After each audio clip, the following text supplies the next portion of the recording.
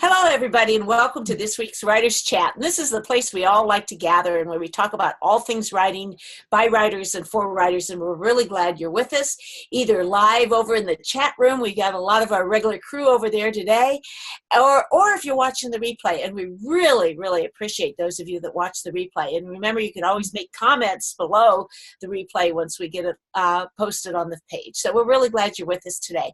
My name's Jean Wise. I'm one of the co-hosts here. I'm a nonfiction writer living in Ohio, and I'm joined today by my other co-host, Johnny Alexander, an award-winning fiction writer, and who we never know where she's going to be. You're in Oklahoma right now, right? Oklahoma, yes. Oklahoma.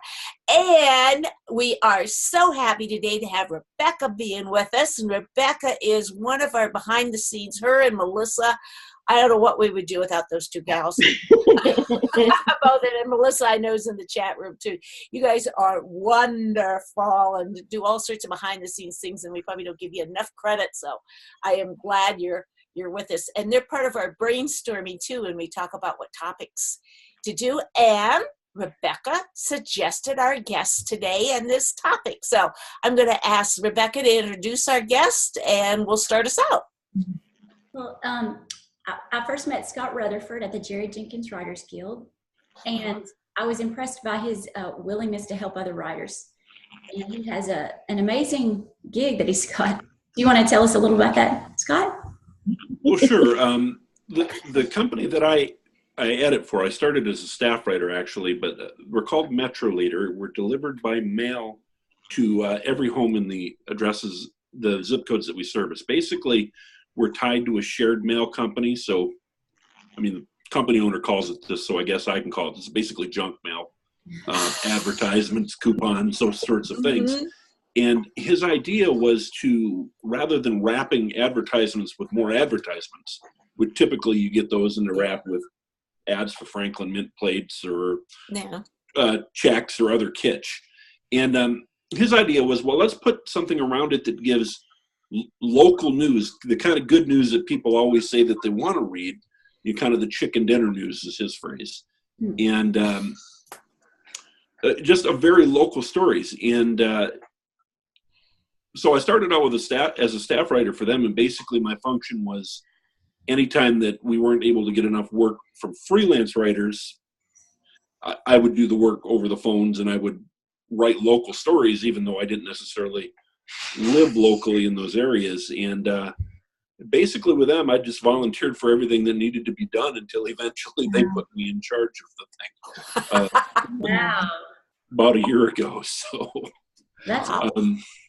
And we've published in several communities over the last 4 years throughout Louisiana and Texas. Currently we're publishing in Corpus Christi, Lubbock, Sherman-Denison, which is up in the Texoma area, and in the Rio Grande Valley, stretching all the way from McAllen area over to Brownsville, Harlingen area, which basically is a real wide swath of that U.S.-Mexico border. Wow. That is. And so how many, what's the circulation? How many households does this get to? Well, it's varied greatly depending on where we've been publishing. At one time, it was over a million households. Wow. Across all of our papers. The largest one is the Rio Grande Valley. And, gosh, I don't keep up with the numbers. The salespeople fret more about that sort of thing. But I think it's around 300,000. Wow. That could be way off, and the salespeople might watch this and yell at me. But And how much does it pay writers? Typically, we pay $100 for an article between 400 and 600 words with a couple of high resolution images, which that scares a lot of people, but it really shouldn't. If you've got a smartphone or a tablet, you can take pictures that work just fine for most print media. Wow. The real trick is to send it actual size, so you don't so that you don't compress it. Well, this is real encouraging to have us think about regional marketing. I think that's kind of what we titled today. You know, that Right. you're a wonderful example of that. Makes us curious what we have in our own area that I suppose we can explore. You aware of any places how we could find out in different areas how we would find regional contacts? Well, the best thing you can do is keep your eyes open. You know, when you go to say a restaurant, usually there will be little racks with papers in them. Sure. Pick those up because somebody's writing that content. Now, in our context, we're delivered by mail, so we're a little different, although the type of content we do is very similar. I have one person who very nearly became a client. I ended up passing on wanting to work with it just because the subject matter doesn't interest me. But he publishes in bowling alleys and golf courses. Somebody has to write that material, and most places do pay people. Now, I find we're kind of towards the upper end of the pay scale as far as this sort of writing, but most of it pays something. There's very few people really asking, at least that I've run into, asking writers to work for free. So just kind of pay attention, really, and see what's being done regionally or locally. Right, and pay attention to what comes in your mailbox. I mean, if there's any kind of written content coming in your mailbox, somebody wrote that. Okay, well, And if there's a contact in there, why not shoot them a query? At the very least, they can tell you they've got all they need. Yeah, and we might just get on a wait list too. Anything can happen. Yeah. Well, I'm curious, since I'm a former local newspaper reporter, do the writers find their own stories, or do you assign the stories, and how do you know what's a good story? What's your guidance? Both. Both.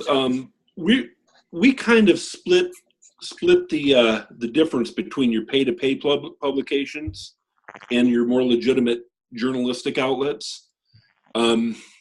We're not pay to play. We don't tell any of our advertisers they're guaranteed a story. But on the other hand, if our advertisers have something going on that's newsworthy, we certainly take that into consideration. And so when that happens, I will assign stories.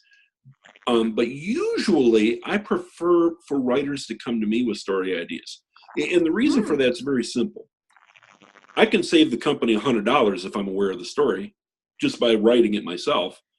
And it's not that much more work for me to write the story than it is for me to edit the story if I've already found the story.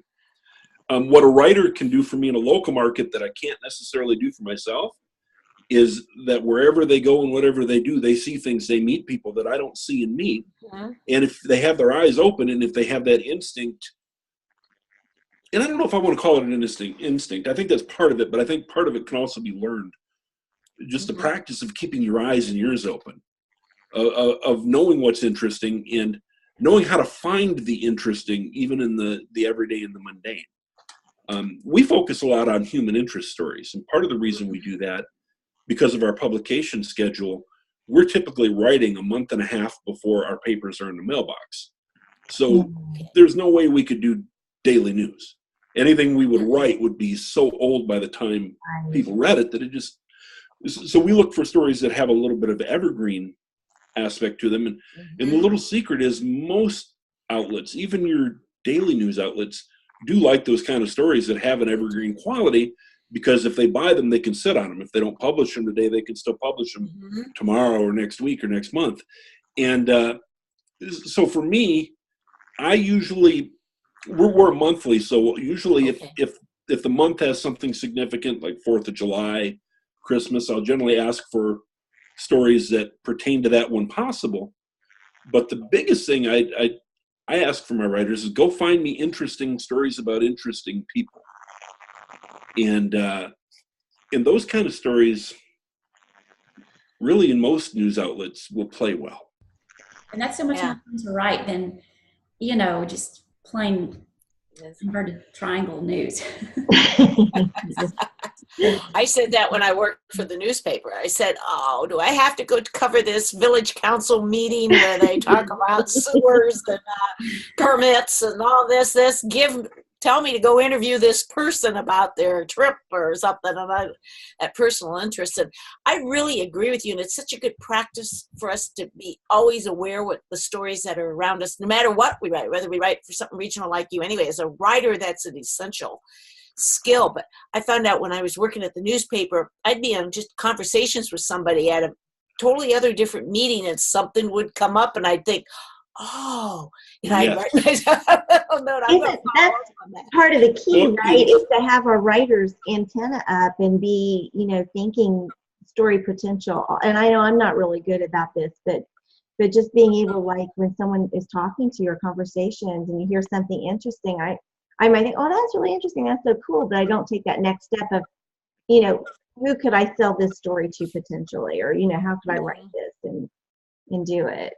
Do something. And I bet, Johnny, you could even use it fictionally. Well, sometimes that does happen. It's like, oh, I do stick things in the back of my mind for novel ideas that I don't think of it as this, and I wish I did. Mm-hmm. One of the things that has helped me is I have a background in sales.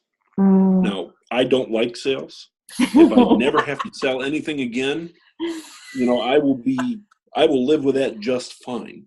But one of the things that sales taught me when I was doing that in my 20s was always ask for referrals. Always have your antenna up for referrals. And I take that approach to interviewing.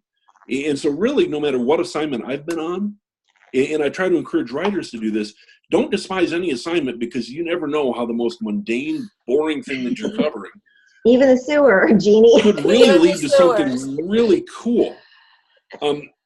One example, I had I don't even remember what the original story was about, but in talking about it, it must have been around Christmas time, because the person I was interviewing mentioned this guy that was coming to play Santa Claus, and that he'd done it for a long time, and that he'd been a newspaper editor, and just something in my head went ding, ding, ding. Okay, there might be a story here.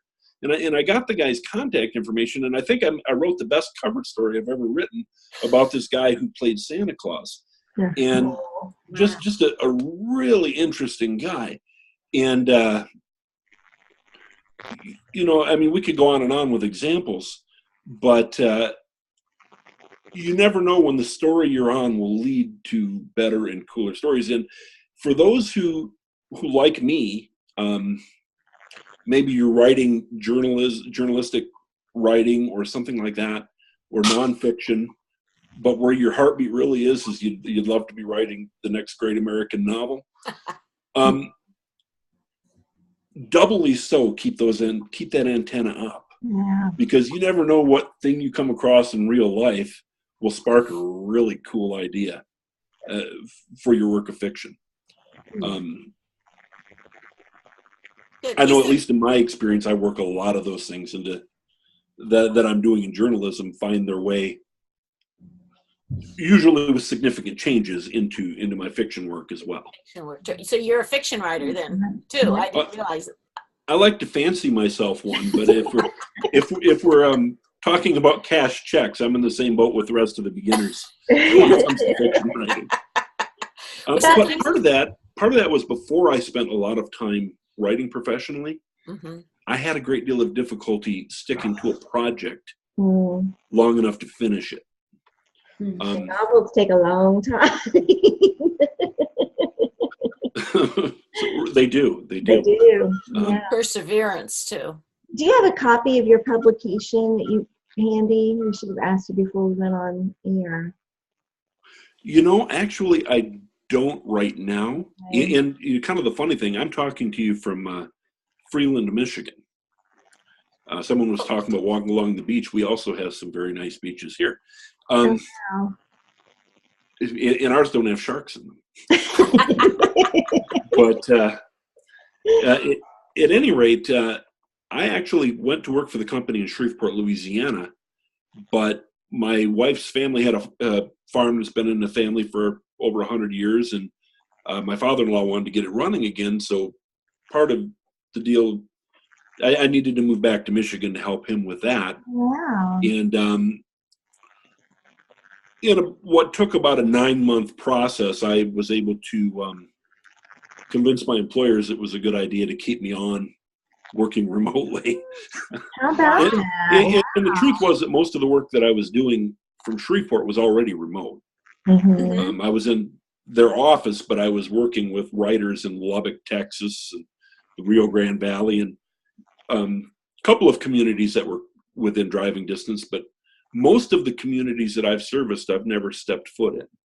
Wow. That's I've so done encouraging as a writer. You know, I'm Yeah. hearing we've got things that we could keep learning, like being aware of stories and stuff like that. But you are such a great example, Scott, of how, like you said, the remote office works well for a lot of writers, and Mhm. and can work well for moms of umpteen kids like Rebecca has. You know, and sometimes it's crazy and chaotic, but if you work with them, sometimes you could create a really neat writer situation there. Absolutely. You know, in today's world, there are so many possibilities that people didn't have 20 years ago. Uh-huh. Um, you know, when I was dreaming of being a writer as a teenager, I couldn't have imagined. You know, I remember having a science teacher that said that one day computers would be used mainly for communication. We all thought he was nuts, but turned out he was right. Wow. Well, when you work with these other writers, what kind of characteristics, what kind of skills or characteristics, what do you look for in writers? Could be something else for us to grow, and we might, or recognize that we have now even. What's some good characteristics? Well, first of all, let me say that I speak for myself here, not necessarily editors in general, because I enjoy the teaching aspect. Mhm. And I didn't come through the formal, you know, I didn't go through journalism school. I didn't do any of the normal things you would do to become a journalist. I have a grand total of 12 credit hours in college. Now, in my defense, 9 of them are in English. But for me, the most valuable quality in a writer is being coachable. I like that. Being willing and able to look at it at what we want rather than just what they want to say. And one of the things that I can't claim credit for this phrase, but write with the reader in mind. Mhm. And when you're writing professionally, you have to write with the publication in mind. You have to write with what the editor, the publisher, what it is that they're looking for. And it may or may not always be the exact same thing that really is what you would exactly want to do. But usually if you'll work with somebody and if you put what they want first, if you put what they're looking for first, usually you're able to do some of the things that you want. Mm-hmm. But you have to do that within the context of what your client's looking for. To me, teachability is the number one thing. Communication. If somebody's going to be late, we're not a daily, so we're not under tripwire deadlines. But if somebody's going to be late, I need to know about it because there are people on the other end who are going to lay the papers out who need to know about it. Following instructions, you know, if we say we need high resolution pictures and I tell you how to get them, do it. You know, more than anything, coachability, I guess, is what it comes down to. Being willing to take correction without taking it personally. Yeah. And being willing and able to make changes quickly when asked for. Yeah. Do you ever find out, you know, you mentioned that sometimes your advertisers, if they were doing something interesting, you also incorporate them or write the story about them. And that did occur for the local newspaper that I worked for often when they were doing a special on spring car care. Oh, that was real fun, right? You know, Right. My editor would say, try going here or here. And I knew those were people that placed ads, you know, and interviewed them. But I often felt like sometimes it was more promotional than real human interest. And it was like a fine line, you know, I had to walk. And I agree with you. Then it became an opportunity then to use my skills to make it more of a human interest article. Right. But it's that promotion. Well, there's a lot of that goes on. There's a lot of it that goes on that's kind of a wink and a nod promotional stuff that's not necessarily supposed to be. Here's what when I've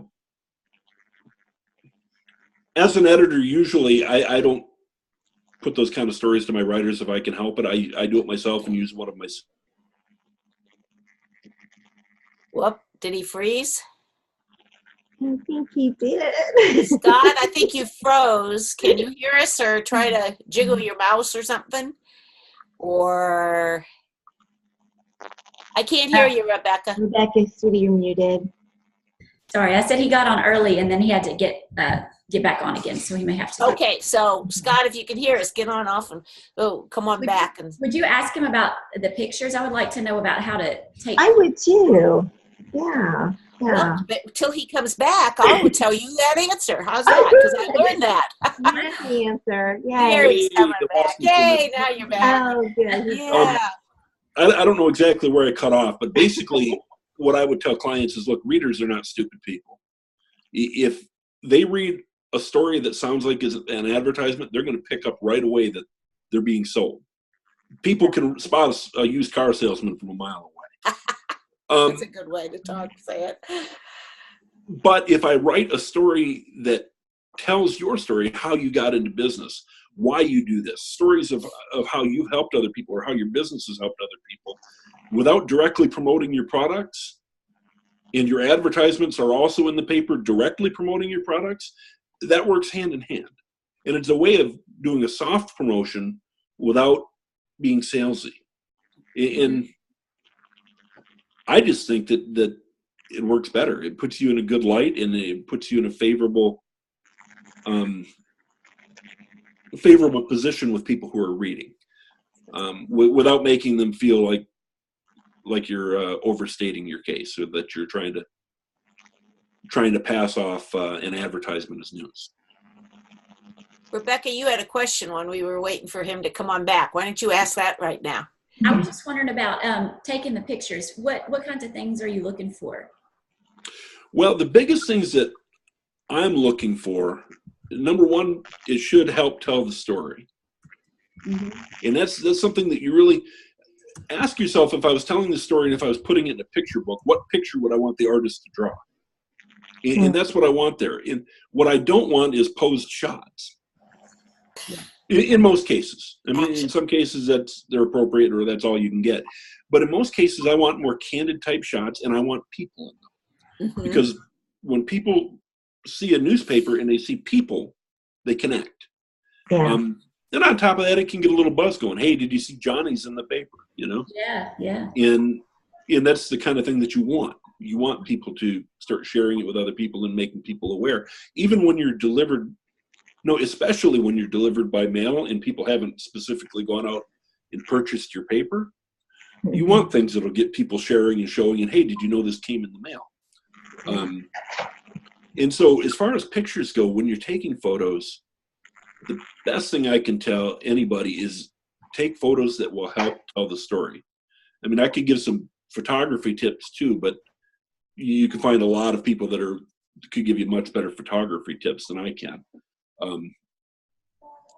To me, the main thing is, do the pictures help tell the story? I always find some close-ups too, not back too far. Not like I'll go back to covered a council meeting of some sort. If I stood way back and just took a picture of the room with mass amount of people, didn't tell the story as much as I showed the close-up of the mayor sitting next to the council president as they studied the study or something, and that way it showed an emotion or a little bit more of a close-up, an action.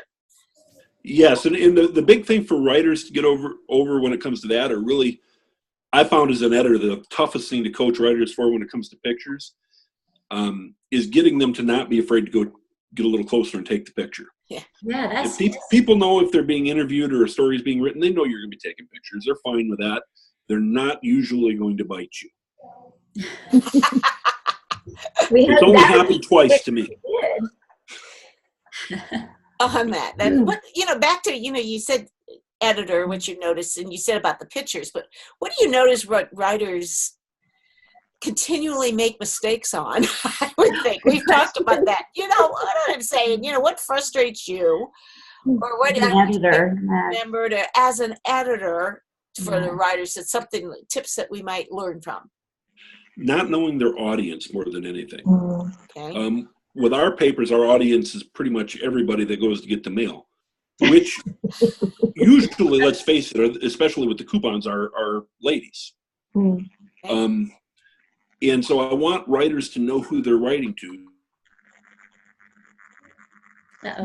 Uh-oh, it's frozen again. It must be cold up there in Michigan. Yeah, it's colder in that way. Yeah. Sherry Lynn, do you want to talk about that? About how you would get close when you were a photographer in the military? Okay. Where Scott's got the mug shot. Yeah. When I was in the military, people expected us to get close, but you don't make it obvious. You go up the sides of the room. You don't go down the middle. You if you can, you keep low, or you get there early and you get a front row seat or a seat off to the side so that you can do that.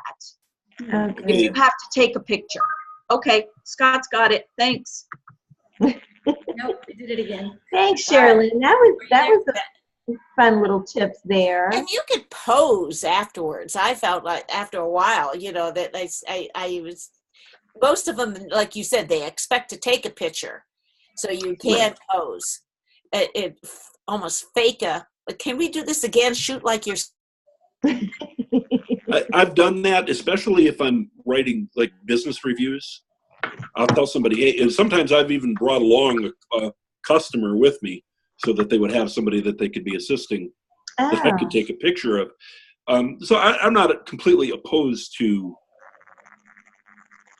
priming the pump there as far as the pictures go and posing. The idea just, at least for the writing I've done in my publication, is not to make it look like it's posed. Yeah.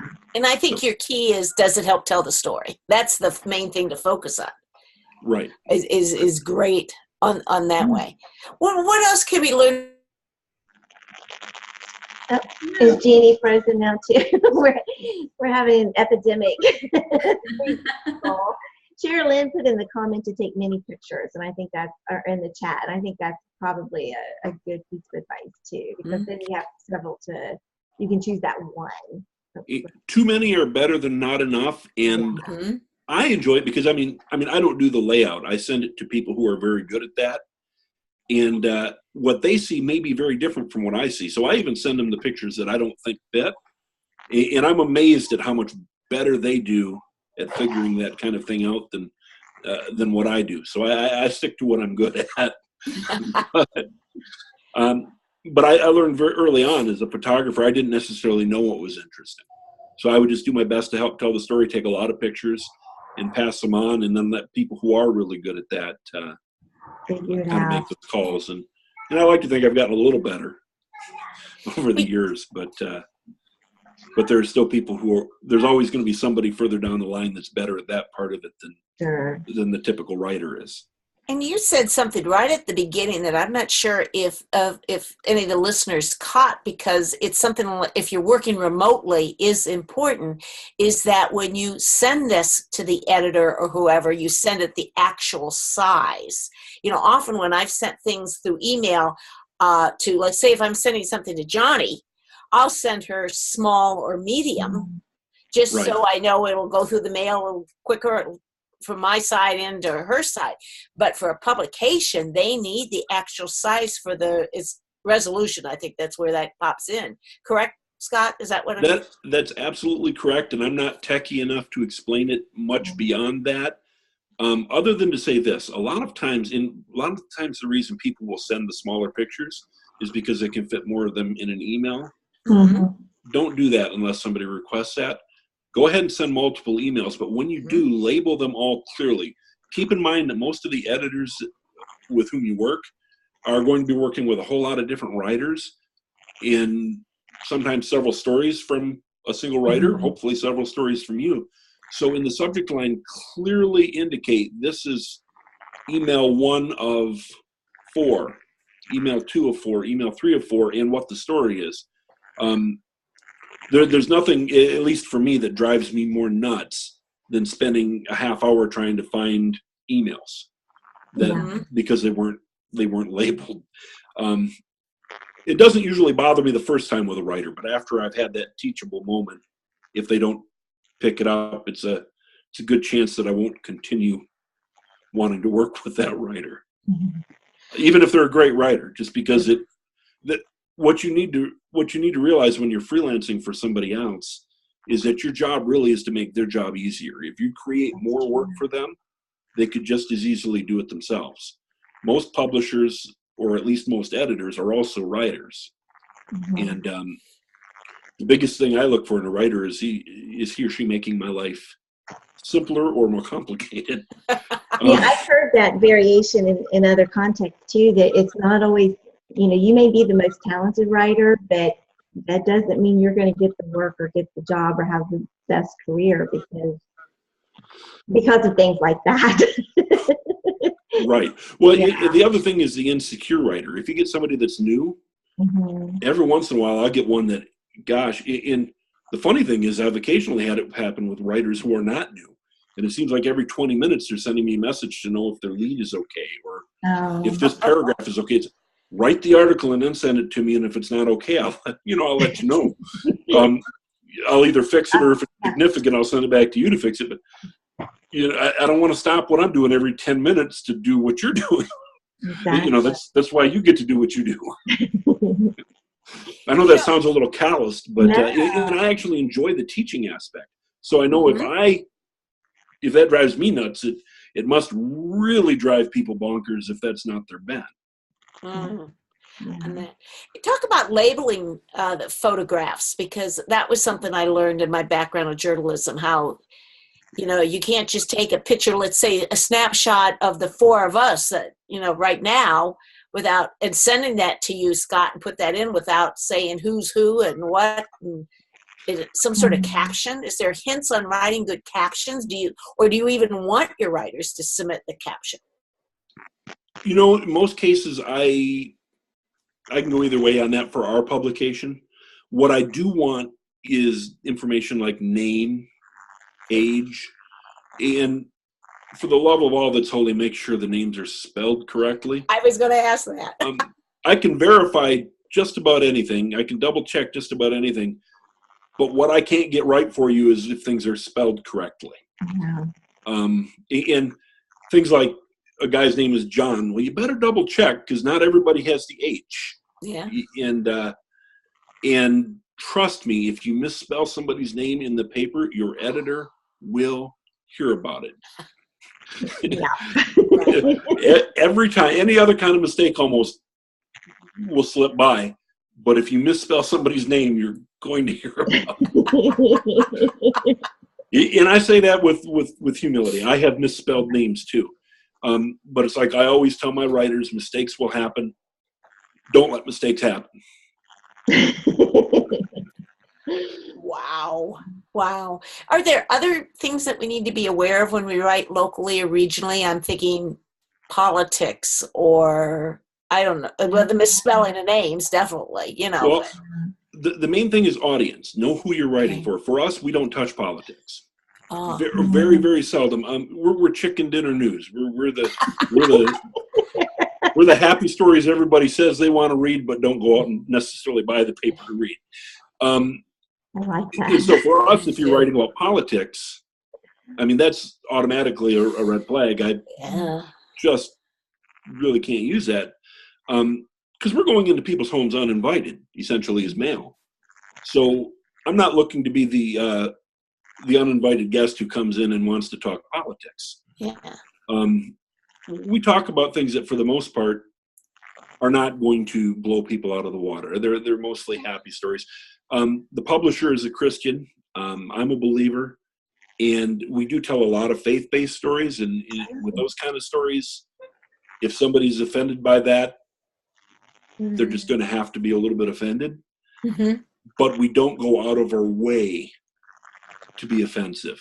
And we stay out of the politics for the most part. It isn't part of what we do. But other papers, that might be exactly what they do. You need to know who you're writing for. But I even found sometimes they weren't exactly political. A number of years ago, they became, up in our area, larger dairy farms.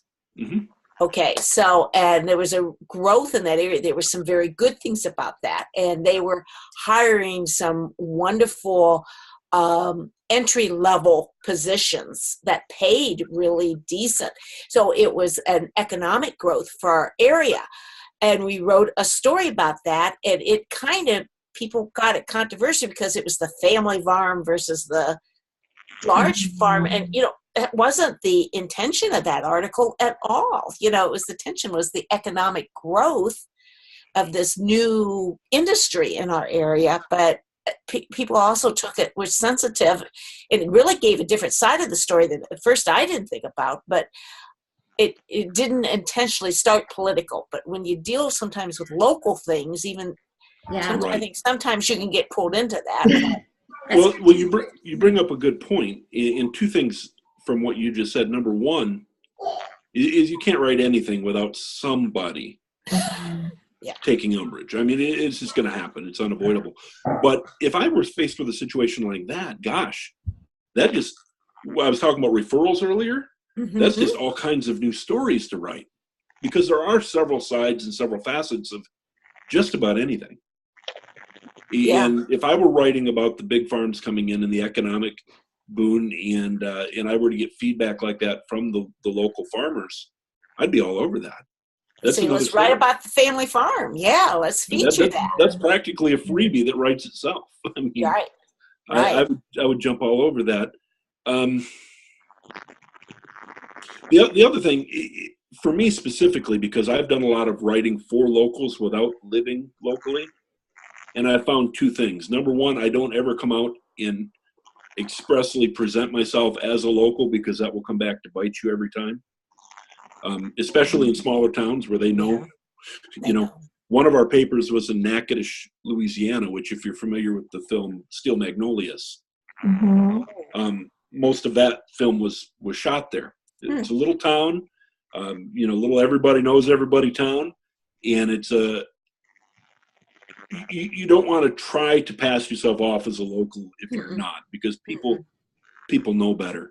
But when I had to write locally,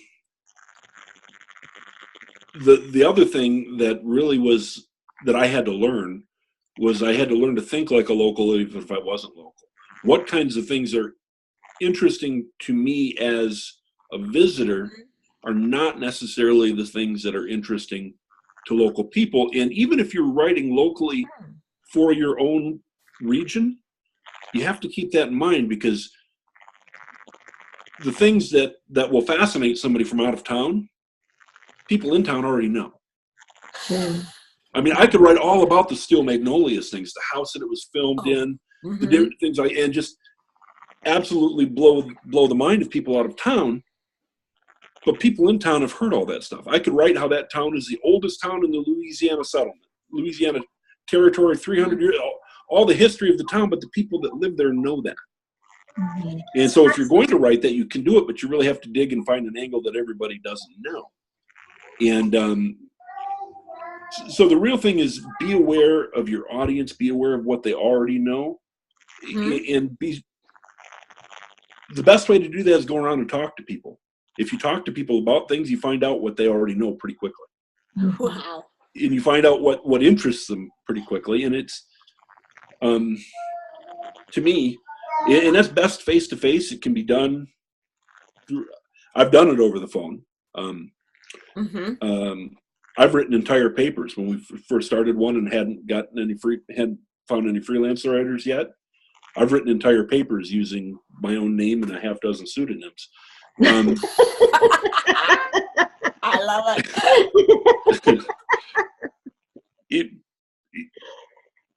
And the bigger the town, the easier that is. But the main thing was to really keep my eyes and ears open for those cues as to what interested them, what was news to them, as opposed to what was news to me. Right. Go ahead, Rebecca. What? I was just wondering, how do you do that when you're remote? Yeah. How can you get to know people that well that you can grasp what's going to interest them? Well, it's more of a challenge because you can't always see tone. You can't hear tone. You can't hear inflection if you're typing on a computer. If you're on the phone, you can. And basically, you just do the best you can with what you have. I mean, you recognize that the ideal situation is to be on the ground, walking around, meeting people. But if you can't do that, at least listen to their tone. At least pick up on those verbal cues. And if you can't do that, if it's on, simply online or whatever, you just kind of have to take the best shot you can. And but always try.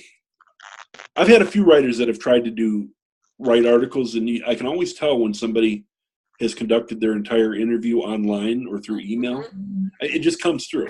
I mean, I can just flag it every time, It's flat or something, because I only had probably just a few that I interviewed a local person that was stationed up in Alaska and was doing something. I can't even remember now what he was doing up there, but he answered my questions. I sent him, we corresponded. Oh, I bet there was 10 different emails going back and forth. So I had a great deal of info, but I always felt that article was flat. Yes. It was missing something. So I think there's definitely a difference in it. You're inspiring me that to expand this besides just local reporting, that it's a lesson for all of us as writers to go to the settings if we can. Right. Talk to the people that we can. That really brings an aliveness to our writing. If you can't, make it as personal as you can. Skype or Zoom, I guess we're doing here, is better than a phone call. A phone call is better than an email. Sometimes you just have to make do with what you have. I mean, there's times I've written articles just off of email or online communication too, and that's all that I had within the time frame that I had to work with. But usually those articles are not the ones that, I put in my portfolio that I'm most proud of. The best ones are the ones where you sit down to a cup of coffee and you talk with somebody. Just chat, Yeah. And ask in the chat if you use local verbiage, and that kind of plays in with what you're talking about. I mean, if you're talking to someone in person, especially there, you're going to pick up on those phrases and those idioms that might lend that local flavor to the piece. Well, one of the things you can do for that is find somebody that's in the area who will read your piece. For me, that's been pretty easy because I have freelance writers that I quickly find in any market, because I don't want to write the whole paper in any given market more than once. So my goal always, right from the get-go, is to find local writers. With this company, my goal is not to do any writing other than my own editorial, which goes out to all of the markets. But so I'll run it by somebody, because you're right. Even in the same state, people wouldn't realize how different the culture is in Lubbock, Texas, from Brownsville, Texas. I mean, it might as well be different planets. Wow. I mean, it is just very different. And even up here in Michigan, I remember when I took, actually, it was my second youth pastorate, and it was out in the thumb of Michigan. When you're in Michigan, you carry your map with you everywhere. And nowadays I live here, and this is kind of the area I'm from, and drive out there, and it's only a 40-minute drive. So it's not like it's too far away. But I went from what I would call blue dog Democrat territory on the I-75 corridor out into the thumb where it's very rural. And it just, I had no idea Michigan was as diverse as it is, because it was a very, very different culture. And if I was writing for people in Carroll or Bad Axe or other places in the thumb, I think I would have very different things to say, and I would say them in very different ways than if I'm writing to people in Saginaw or Flint or Detroit. Know your audience, and the more you can make friends with your audience and have them check those kinds of things for you, the better you'll do with that. Yeah. Well, you mentioned right at the beginning that how a local writer can find a regional or a local place to write for, but how do you find the freelance writers? What do you do as an editor to find somebody in Brownsville, Texas? Well, I've done several different things. A lot of times our salespeople had recommendations because they Okay. are on the ground and they know people. Okay. And so they've sometimes had good recommendations. Often when I'm writing stories, I just keep my eyes and ears open. Almost Okay. invariably, at some point, somebody's going to say, I know somebody that's a writer. And I just ask them, put me in touch. Once in a while, I'll call local colleges. Oh. I've had very good success working with students. Mm-hmm. When I get press releases, if I get a good quality press release, I'll respond and ask the person who wrote this, and are they interested in doing freelance work on the side? Wow. I've found some fantastic writers that way, because most of the people that are doing the press releases wanted to be writers. You know, they didn't necessarily want to be in marketing; they wanted to be writers. And who would want to be in marketing if you could be a writer? Exactly. But and the other thing is, I ask other writers. I always ask for referrals. Hey, who else do you know? Then I found a lot of writers.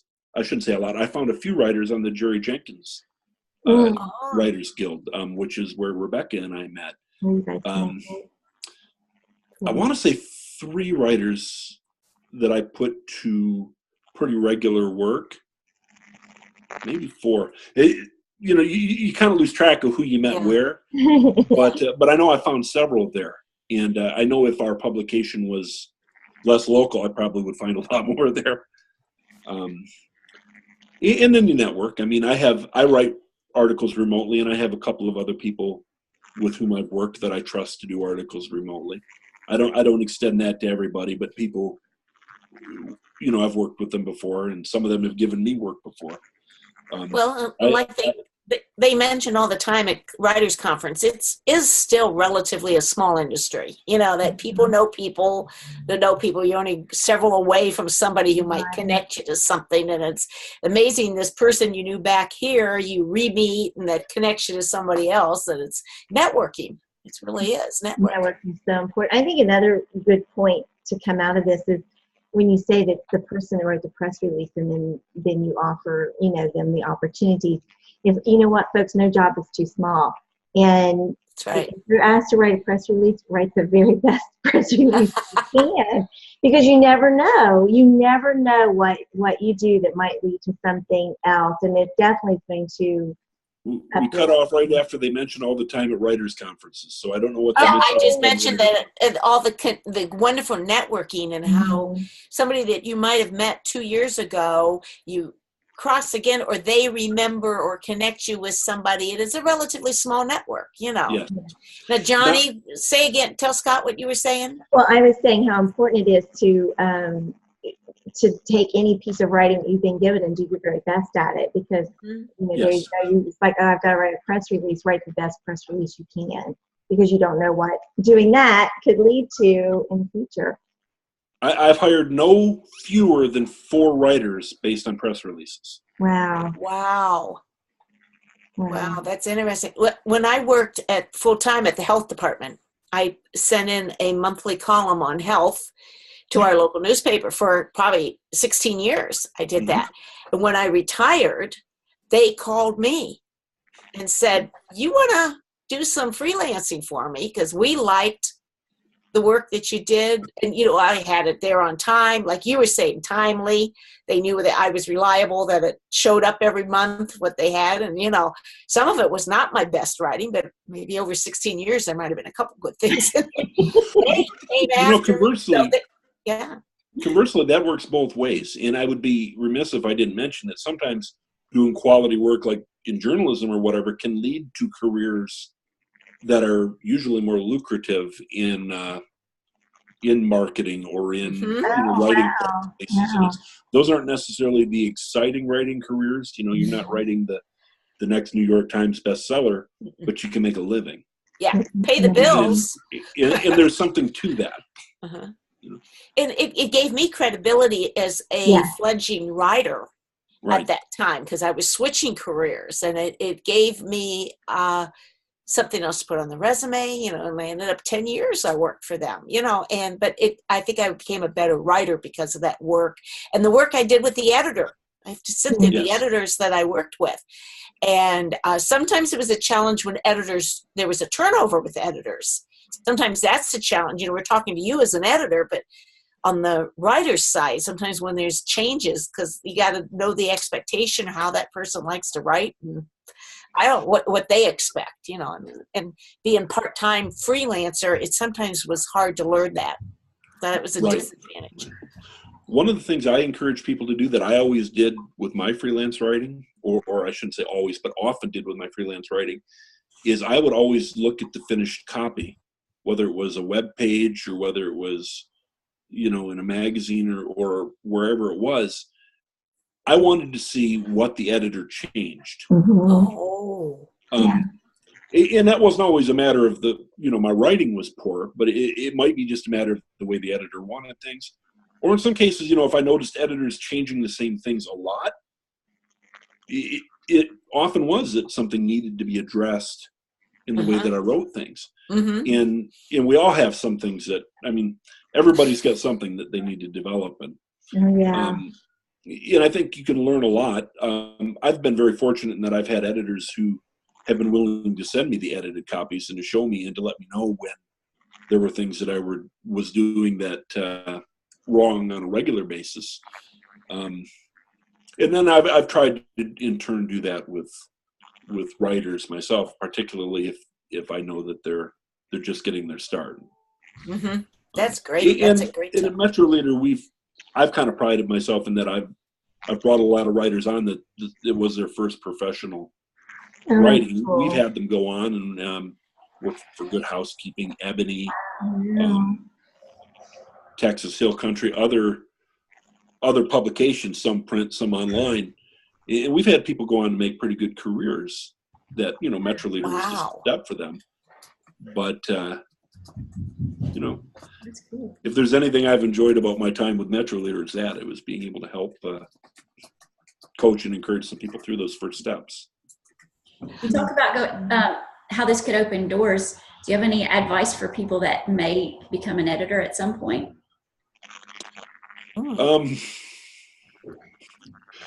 It's funny you asked that because I did not set out to be an editor. It was not in my, just like I didn't set out to be a farmer. That wasn't in my plans. Or a journalist for that matter. I wrote poetry and I wrote fiction and I wrote music. And those were the things I really enjoyed doing. And I kind of backed into all of that. So I don't know how great my advice on it is, other than if you want to make a career, be willing and open to do whatever needs to be done. The way I went from being hired on as a staff writer, I got in the door with there basically because I knew somebody who knew the company owner, if I could be just that frank. My portfolio at that time backed up that I could do what I said I could do. But knowing somebody didn't hurt. And we get right back to networking. And it's when they say it's all who you know, they're not lying. It is important. And embrace that. Don't treat that like it's a bad thing. Just get out of your closet and get to know people. Even for those of us who are kind of introverted, and I'm in that group.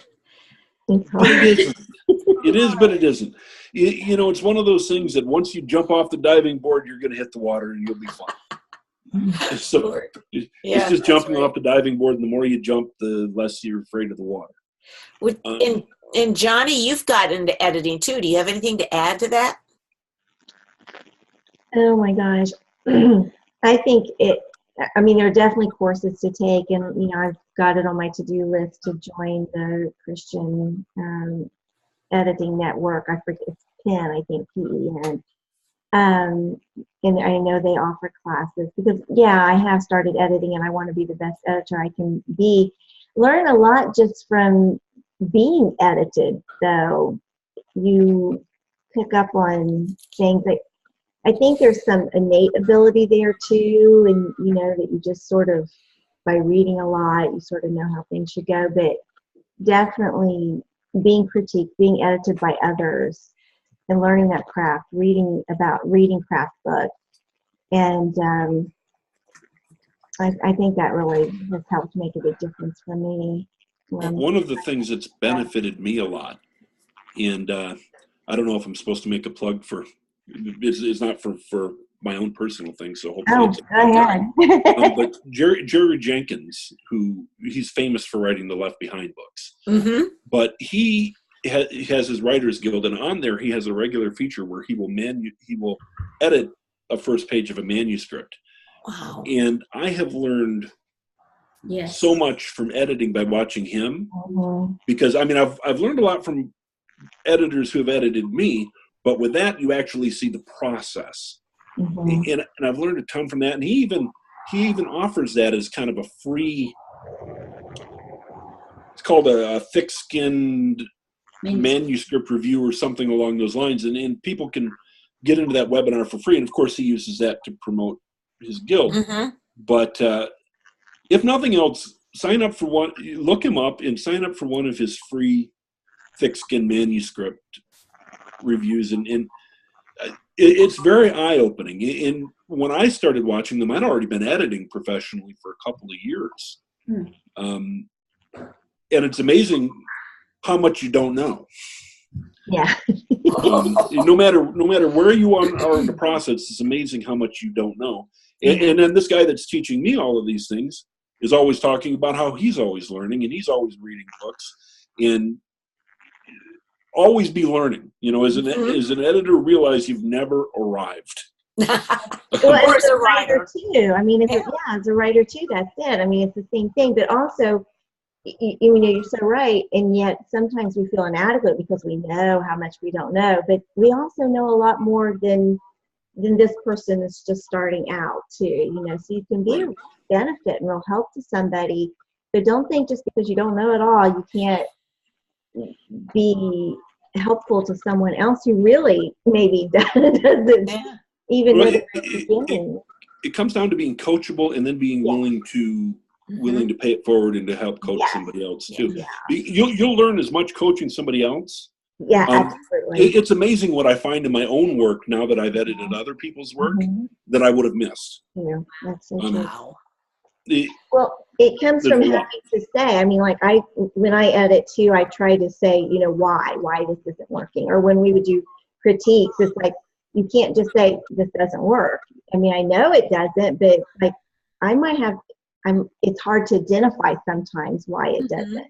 So when you have to give that other person a reason, you have to think about it. You have to verbalize it. You have to say it and write it. And, you know, I think that just it's so helpful to do that.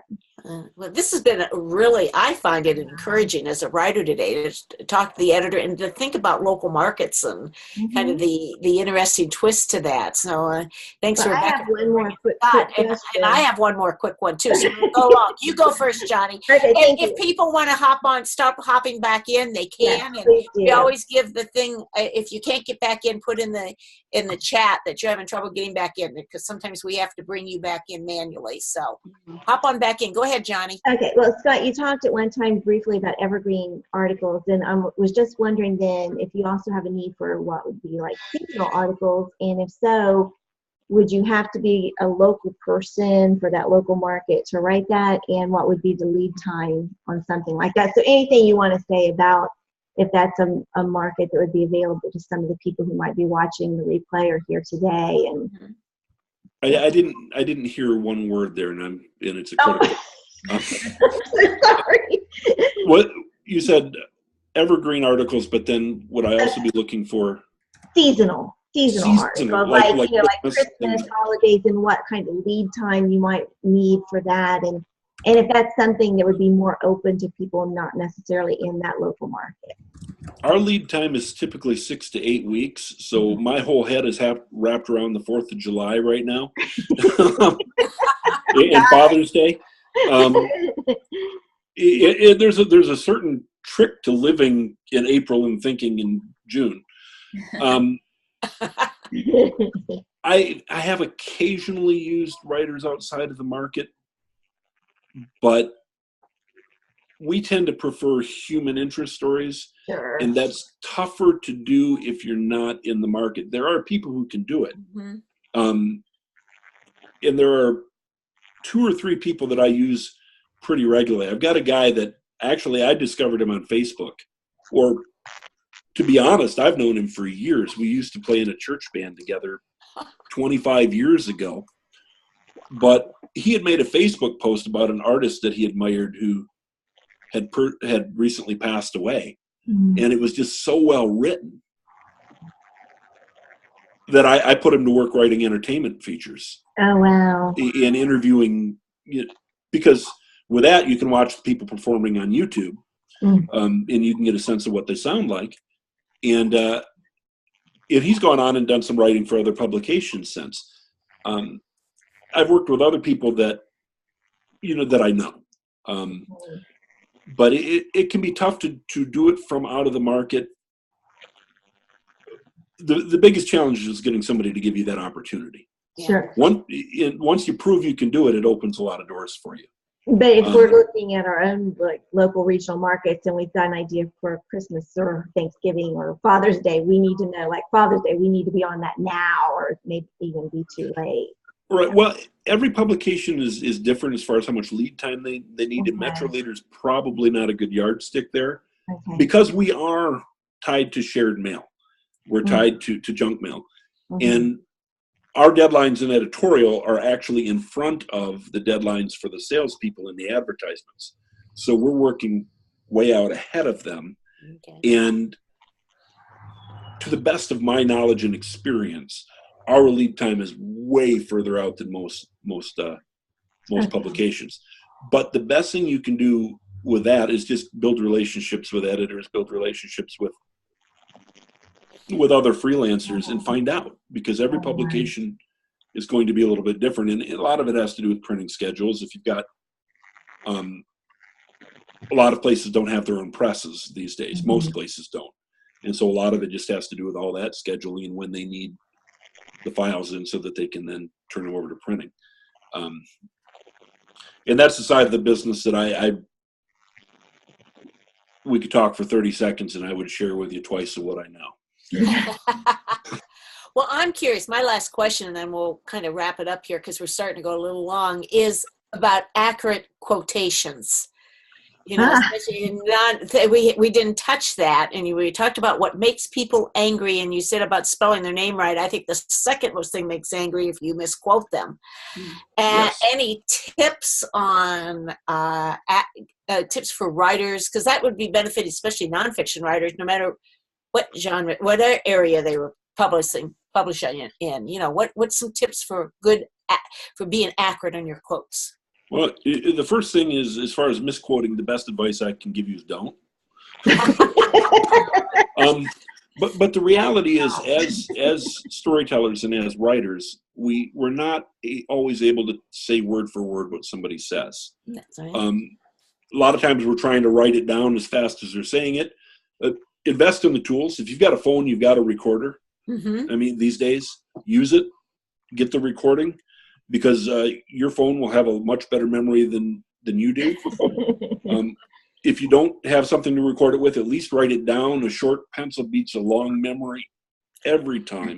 Love it. And then if you can, verify the quote with the person. Just clarify, is this what you said? Are you always going to be able to do that? Not necessarily, but when you can, and especially when you're writing for local stories, I found that usually I can pick up the phone and call somebody and say, hey, I've got this story about you and I just want to make sure that I got it right. And this is what I understood. Did I understand it correctly? And even what people will become irritated about more than being misquoted is being quoted out of context. You can quote them word for word, but if you put it in a story in a way that implies that they meant something other than what they meant, you'll hear from it. That's no fair to the person being interviewed, and it's no fair to the reader. I often find always be very careful to the best of your ability to understand the context, to take that extra time to ask an extra question, to clarify, and to make sure that you know not just what they said, but what they meant. In a day of Facebook and Twitter, we all can cite tons of examples of people who were, if not outright misquoted, then quoted out of context, which frankly is more damaging. Yeah. And I often found out if the quote that I put in made them look good, they didn't care. Like you said, if you put it out of context or it implied something else, whoa, so your idea of calling back up and say, I just want to verify this. In response to this is what I had you down as your quote. Well, and here's an example of where misquoting a little bit is not always completely out of line. I mean, a lot of the stories I did, I would feature somebody that was from maybe somewhere in rural Louisiana, and they spoke very colloquially. And if you quote them word for word exactly what they said, when they read it back on the page, it can be exactly what they said, but it makes them look like an idiot. And that's not what you're trying to do. And at best, it ends up looking like you're trying to make fun of them. And so it's okay to make small grammatical corrections. Translate it. Make them look good. Right. And I've never found anybody to ever object to something like that. And of course, you don't advertise that you do that. And to me, the worst thing in the world that you can do as a journalist to somebody, and I'm sure there are people that'll disagree with me, but every once in a while you see a quote and it'll have, especially if it's from something written, and it'll have the bracketed SIC. That's code for, look, this guy's an idiot, and I'm just going to include his misspellings so that I can show you he's an idiot. And that's just not cool. I would never encourage somebody to do something like that. Well, thank you for answering that, because that was an area we didn't deal with, and I knew that was a key thing especially with local reporting. I think. Well, yeah, locally you don't want to make somebody look dumb, because you might have to see him at church. That is a very good point. And on that point, we can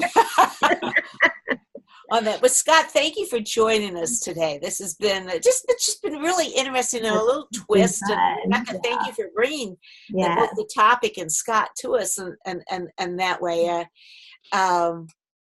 I think, and just as we wrap up, Rachel put in something that I think is very, very good. She'll verify and say, "Are you sure you want it worded like this?"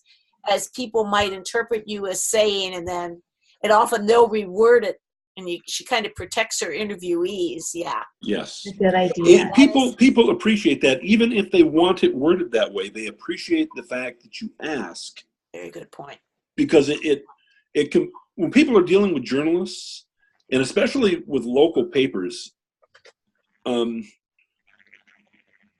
live in a day and an age where a lot of people don't trust the media as much as they used to. True. And to some degree, the media has brought that on themselves. Some of it's not reasonable, but that's neither here nor there. The fact is, not everybody trusts, if you're going to do a story, that you're going to put them in a positive or at least a fair light. And when you take the time to clarify and to ask, are you sure this is how you want this, what you said, presented? I think it takes down some barriers. They realize that, I mean, you're trying to tell the truth, but you're not out there just trying to get them to do something sensationalized and to make them look bad. It's great. It's great. Well, thank you again. I think there's thank been a you. lot of wisdom here today. And we'll invite everybody that's here to stay on for a few minutes when we quit recording and we have our little after party. And just thank you for everybody for joining us today or taking the time to watch the replay. We really do appreciate our group, our little community here. Sometimes we have more here, but we get a lot on the replay. So we do appreciate those of you that take the time later to watch this. And thanks to Rebecca for looking this up real quick for me. Our next week's guest, we are excited. We're going to do a two-parter, if I remember right. It's all on graphic design, and we're going to have Cody Moorhead be part of that, and he's got a wonderful background of that. So it should be hopefully some hands-on, some information there, and we learn a little bit more about graphic design, which a lot of us use in a lot of different ways for marketing and with blogs and in all sorts of places. So social media, for example. And so we look forward to that topic next week. Anything else in conclusion, Johnny or Rebecca? Anything else? No, just glad to have everybody here, and thanks for participating. All right. Thank you, everybody, and we'll see you next week.